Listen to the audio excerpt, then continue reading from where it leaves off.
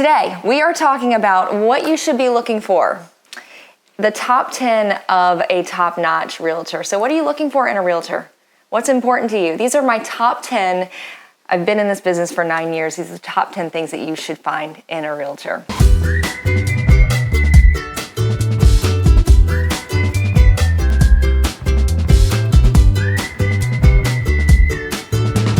Number 1, relationship. Does your real estate agent even know what your goals are, what your needs, what your wants? So it's super important when I meet with a seller or a buyer is I just need to find out what's important to them. What are they looking for out of their sale of their home? What are they looking out for when they're purchasing a home? These are super important things to what your goals are, and your realtor needs to know you and have a relationship with you. So that's number 1, first and foremost, is relationship with your real estate agent. Number 2 would be communication. All right, I get this all the time. I have people that come to me and say, Laura, I need help. I had a realtor, can't get a hold of them ever. How are you with your communication with your realtor? Does your realtor get in touch with you? Do they respond to you? Do they get back to you? Maybe you only want to get in touch with them via text message. Completely cool, love it, no problems. But do they text you back? Do they have a system that works, that gets back to you right away? Look, you're looking to find a new home. You're looking to find out what's going on with the sale of your home. You don't want to be left out there in the dark wondering, and it's your realtor's responsibility to get back with you, to let you know what is going on. And so I think communication is so much the key. So look for someone who likes to keep you in the know. Number 3, now, I think sometimes as realtors, we expect everyone to know what we do. We expect everybody to get it, to just let us run with it, and that we've got this, and not help people along the process on how to get prepared. Your realtor should be preparing you for your home sale or for purchasing a home. Now we're gonna go into that whole segment later. I'm gonna spend some more time on that with you guys and show you what you need to be doing for preparing your home to sell, and then what you need to be doing to prepare yourself to purchase a home, or both, maybe simultaneously. We'll go into all that. But your real estate agent is supposed to be preparing you for those details.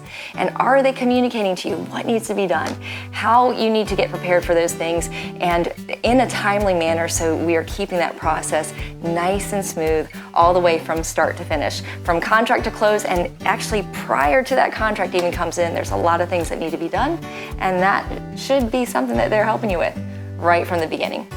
Number 4, now this is super, super important. And number 4 to me is market knowledge, okay?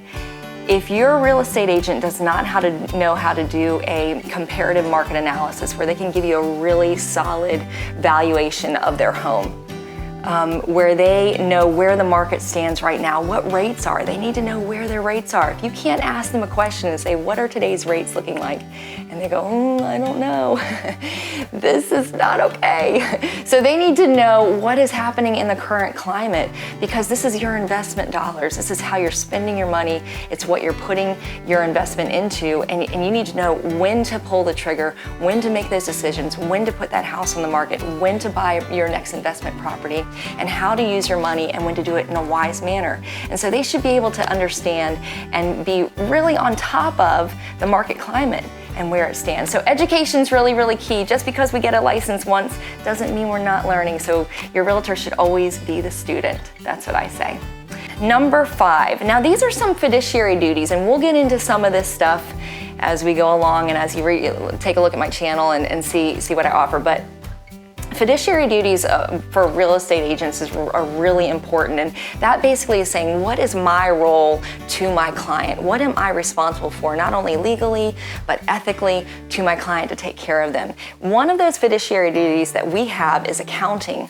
And accounting is something that a realtor is supposed to take care of. So if you have an earnest money deposit that you have to get into, say, your settlement company, or if you have a due diligence fee, your realtor, you can take that to those companies yourself, but your realtor is responsible for accounting for those things, making sure that you know what the time limits are and when you have to have those monies in, where they need to go, and being responsible to make sure it gets into the right hands at the right time and in the timely fashion. That is one of our responsibilities.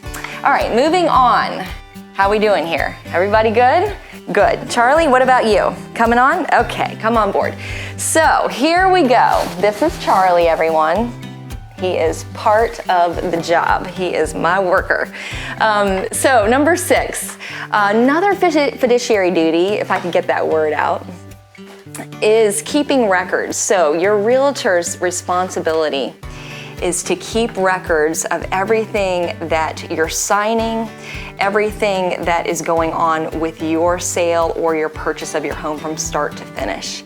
And in other terms, you're actually supposed to be getting copies of all this. And there's nothing that you should not be reviewing and given the opportunity to review before you sign.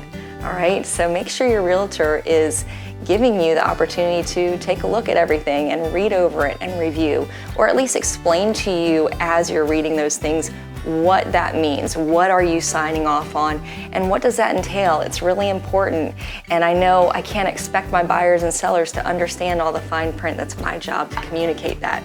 But we have to keep records, and I know in Virginia and in North Carolina, because I'm licensed in both those states, the minimum amount of time that I have to keep records for my clients is 3 years. Now personally, I keep files for longer than that because I have clients that come back to me and they say, hey, remember when we sold that house? Or remember when I purchased that house? Can you pull up this information for me? And it's just really convenient if they come to me, and I want my clients to know that they can count on me to come back. So anyway, really important record keeping, and you should be getting copies of those from your realtor as well. If you don't have copies, go back and ask for them because they are yours to have. All right, number 7, care and loyalty. All right, super important. Your realtor should use all the skills that they've been given and all the skills that they've learned to the best of their ability on your behalf, not their behalf, right?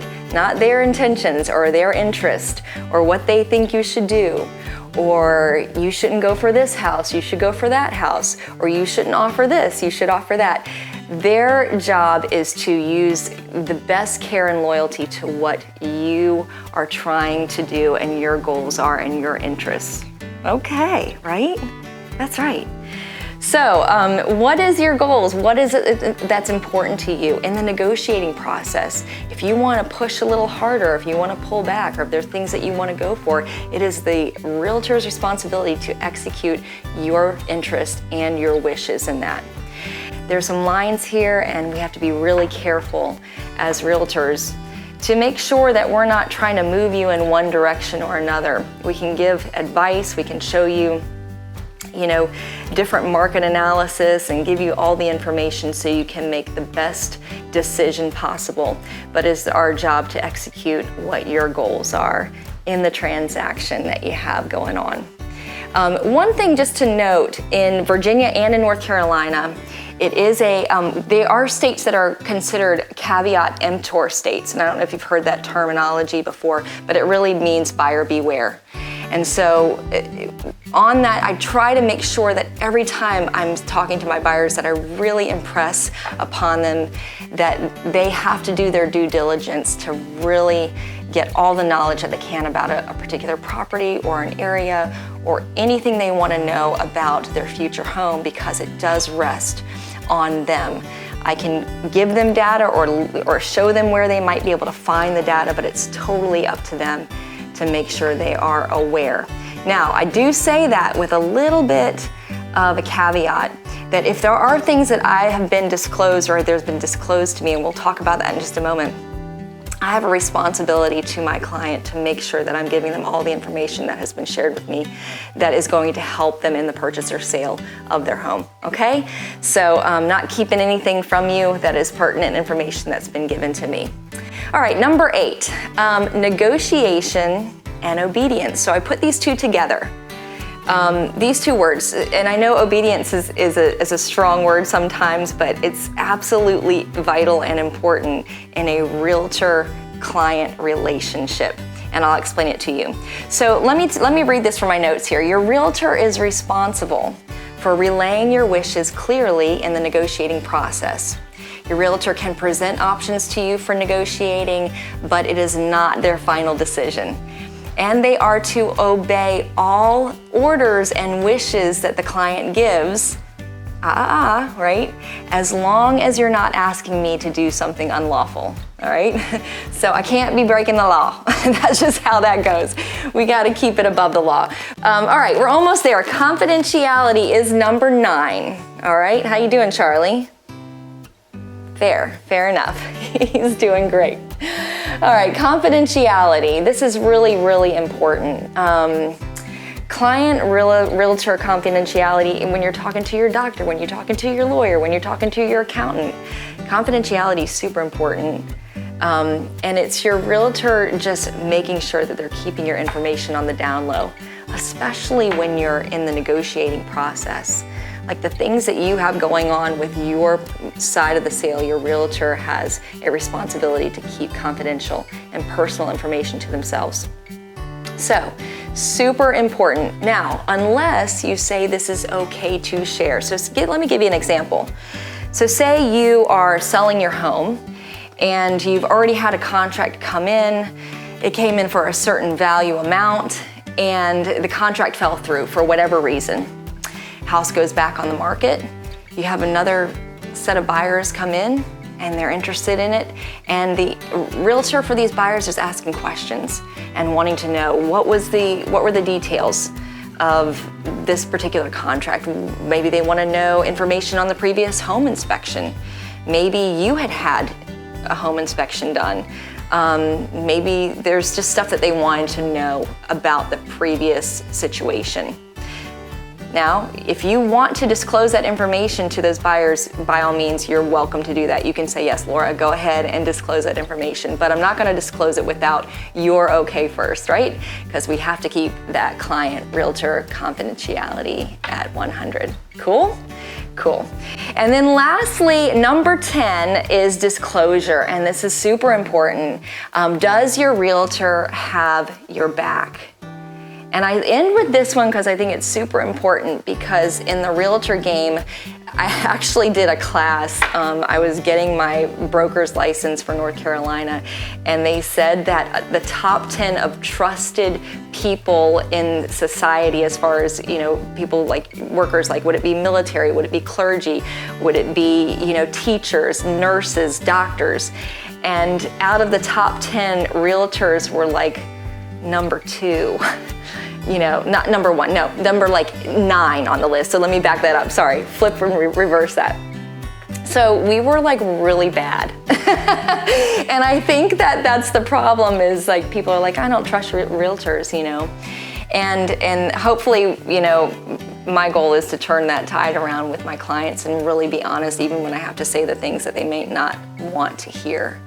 And that's fair, right? But disclosure is really important when it comes to a client-realtor relationship, because your realtor, if they know things that are going to help aid you in your purchase or your sale of your home, you have to know these things.